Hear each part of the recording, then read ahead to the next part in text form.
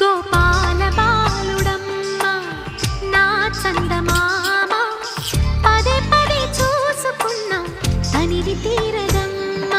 రారా కన్నా కడుపారా కన్నా నా చిటికెలు వింటూ